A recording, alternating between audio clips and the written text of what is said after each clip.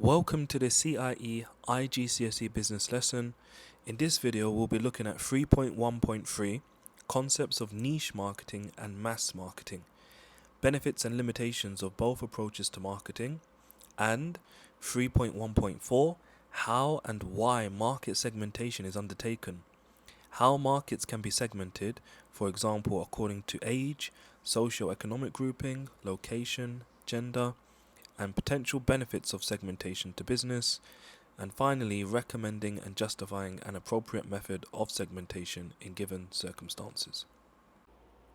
Mass and niche marketing. Mass market. This is aimed at the largest part of the market with standardized products. Features include products which appeal to most consumers, items which are promoted widely, and items which are affordable by all. Examples include bread, chocolate, and soft drinks. Niche market.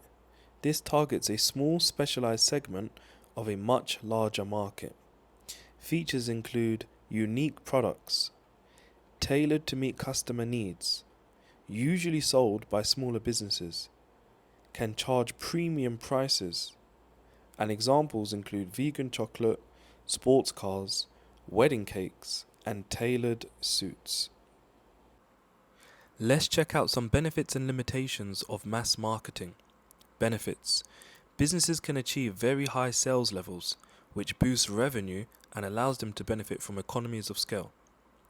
Firms avoid the extra expense of designing different products for different customer groups.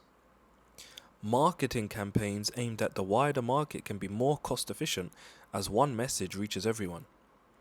And lastly, the company's name and brands are likely to gain strong recognition across a broad audience. Limitations.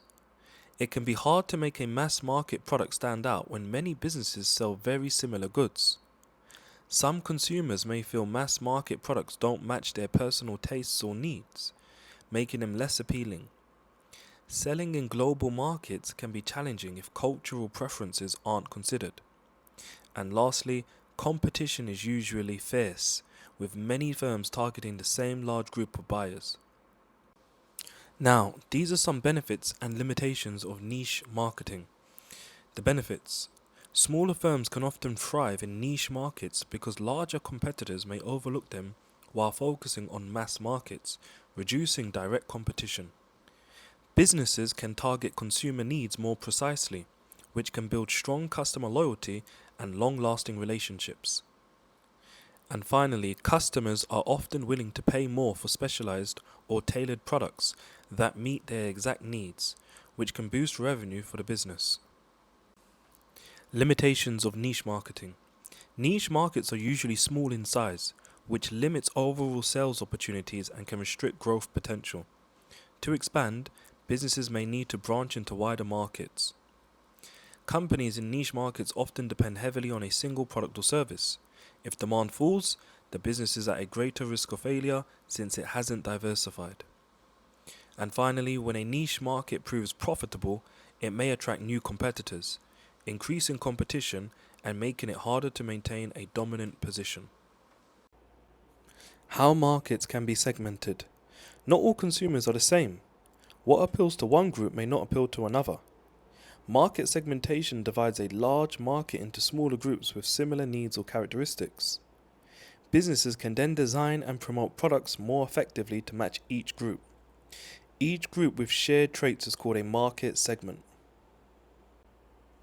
Now on the right hand side we can see different images of chocolate. We can segment them into different groups. For example, we have chocolate for males and females. We also have vegan friendly chocolate, so chocolate based on lifestyle choices. We have luxurious chocolate, which is very niche as well. And then we have chocolate for the mass market, the top left image. Now, markets can be segmented based on age, income, location, gender, and lifestyle. Let's go through each one. Age. People of different ages tend to buy different products. For example, clothes for teenagers will be different from those for babies or older adults. Income. People's spending power depends on their income levels. Higher income consumers often buy luxury products, while lower income consumers look for more affordable alternatives. Location. Where people live influences what they buy. For instance, customers in hot or rainy regions may need different products than those in cooler or drier areas. Gender. Some products are targeted more at women than men, although gender neutral products are becoming more common. Clothing, for example, often still differs between men's and women's designs. Lifestyle. People's hobbies and interests affect their purchases. Someone into sports may buy athletic gear, while others may spend more on indoor or creative activities. Benefits of segmentation. Products can be tailored more closely to each consumer group, improving satisfaction and loyalty. Overall sales are likely to rise if businesses target the right products at the right groups. Advertising can be more focused, making promotional spending more efficient. Customers may be willing to pay more for products that suit their exact needs, boosting revenue. Limitations of segmentation. Some segments may be too small to be profitable. Developing multiple products for different groups can be expensive and requires detailed research. Holding stock for several different product variations can increase storage costs. Creating separate promotional campaigns for different groups adds to marketing expenses. Recommend and justify an appropriate method of segmentation. So I've just created this case study and question just for you guys. Case study. Fresh Fizz is a small business that produces fruit-flavored sparkling water. The drinks are sold in supermarkets and local cafes. The owners want to expand sales but face strong competition from other drinks companies. And then the question reads, explain 2 methods of segmentation Fresh Fizz might use. Which is likely to be the best method to use? Justify your answer. And this is a 6-mark question. Guidance for examiners. Award up to 2 marks for identification of relevant segmentation methods. Award up to 2 marks for relevant development.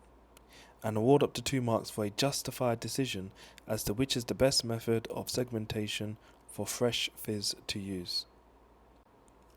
Points might include age segmentation. For example, dividing the market by age groups. Teenagers and young adults may prefer fun and fruity flavors. Geographic segmentation. For example, targeting customers in warmer regions. Higher demand for refreshing sparkling drinks in hot climates. Lifestyle segmentation. For example, dividing by lifestyle and values. Health-conscious consumers prefer low-sugar sparkling water. And then your justification might include lifestyle segmentation is effective as it targets health-conscious consumers who are most likely to choose fruit-flavored sparkling water.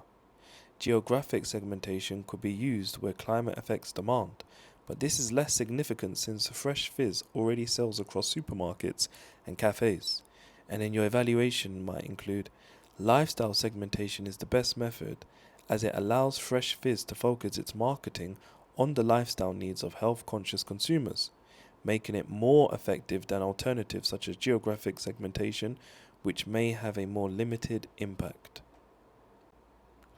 Okay, thanks for joining me in today's lesson.